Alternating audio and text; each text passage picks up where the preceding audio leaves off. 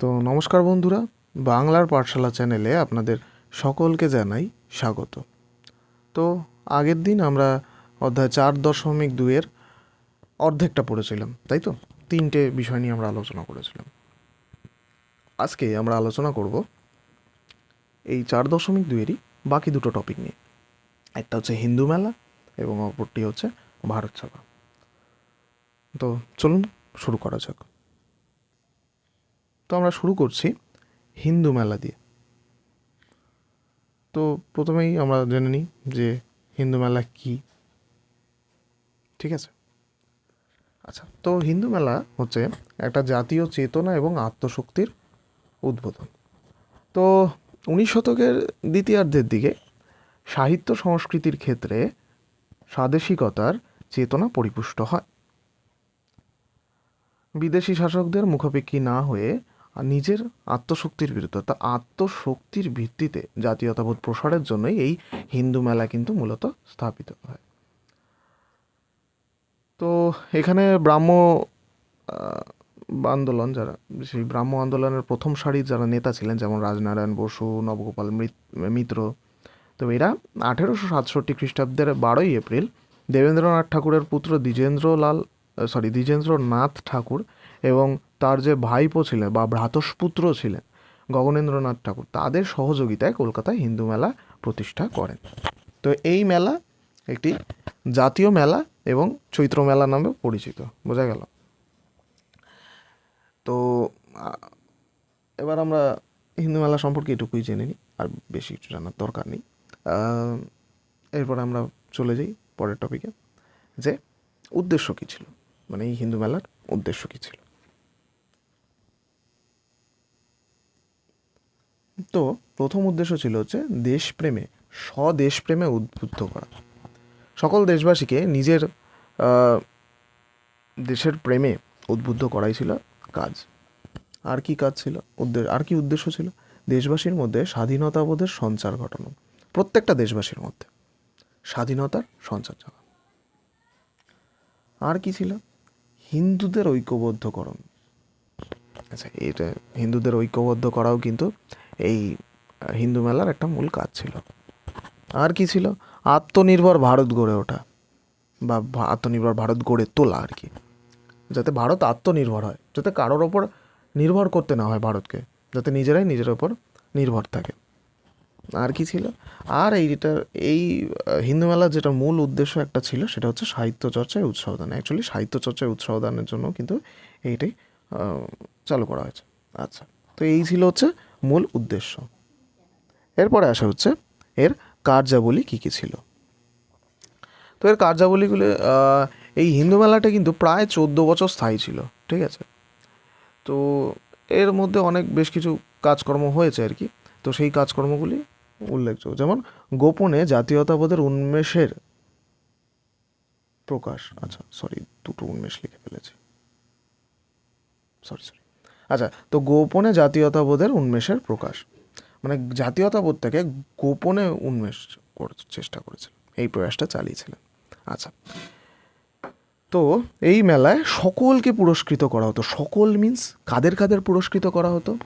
সকল মিন্স হচ্ছে দেশের স্তবগান, দেশের দেশীয় শিল্প, দেশের ব্যায়াম,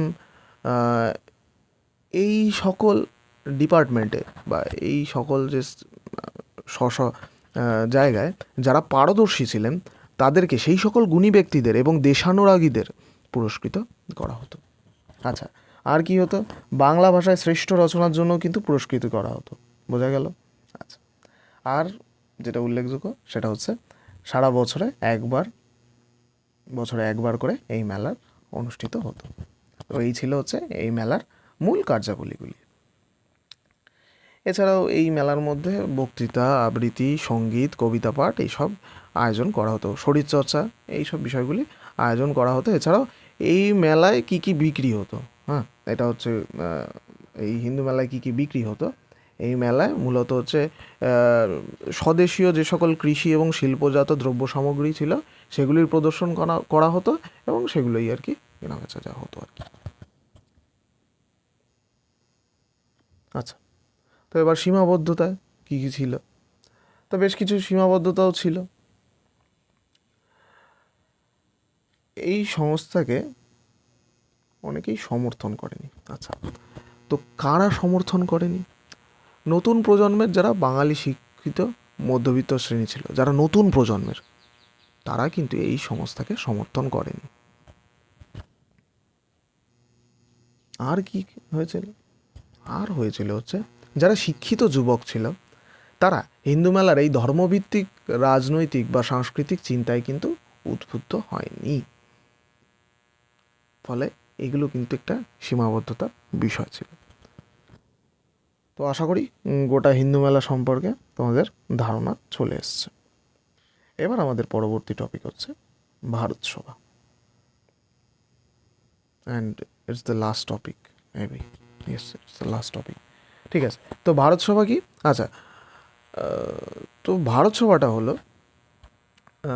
এই সবার সাথে বেশ বড় বড় মানুষরা যুক্ত ছিলেন। যেমন 1876 26 জুলাই সুরেন্দ্রনাথ বন্দ্যোপাধ্যায়, আনন্দমোহন বসু, শিবনাথ শাস্ত্রী প্রমুখের উদ্যোগে কিন্তু কলকাতার অ্যালবার্ট হলে, অর্থাৎ বর্তমান আমরা যেটা সকলেই জানি যে কফি হাউস, সেখানে প্রতিষ্ঠিত হয় ইন্ডিয়ান অ্যাসোসিয়েশন বা ভারত সভা। এই যে অ্যালবার্ট হল, যে তোমরা যদি কখনো কফি হাউসে যাও দেখবে ওই দেওয়ালে লেখা আছে এখনও, যে কি পুরাতন, যতদূর আমার মনে পড়ে, আমি ঠিক মনে নেই, কিন্তু লেখাটা আছে। আচ্ছা, লেখাটা আমি কোট আনকোট বলার চেষ্টা করছি, হয়তো ভুলও হতে পারি, যে পুরাতন অ্যালবার্ট হল, বর্তমান কফি হাউস, এরকম টাইপস কিছু একটা লেখা আছে। ঠিক আছে, তো এখানেই কিন্তু ভারত সভার প্রতিষ্ঠান হয়। আচ্ছা, এই সভার প্রথম সভাপতি হিসাবে কে নিযুক্ত ছিলেন? কৃষ্ণমোহন ব্যানার্জি, এবং প্রথম সম্পাদক হিসাবে নিযুক্ত ছিলেন হচ্ছে আনন্দমোহন বসু। তো এই ভারত সভার উদ্দেশ্যটা কী ছিল আমরা সেটা জেনে নিই। আচ্ছা, তো এই ভারত সভার উদ্দেশ্যটা ছিল হচ্ছে শক্তিশালী জনমত গড়ে তোলা, এটা ছিল এদের মূল উদ্দেশ্য। আচ্ছা, এই শক্তিশালী জনমতটা কোথায় গড়ে তুলবে? সমগ্র ভারতবর্ষ জুড়ে, বোঝা গেল? আচ্ছা, আর কি হয়েছে? হিন্দু মুসলিমদের মধ্যে ঐক্য গড়ে তোলা, যাতে সকলে মিলে দলবদ্ধভাবে একত্রে কাজ করা যায়। আচ্ছা, আর কি হলো?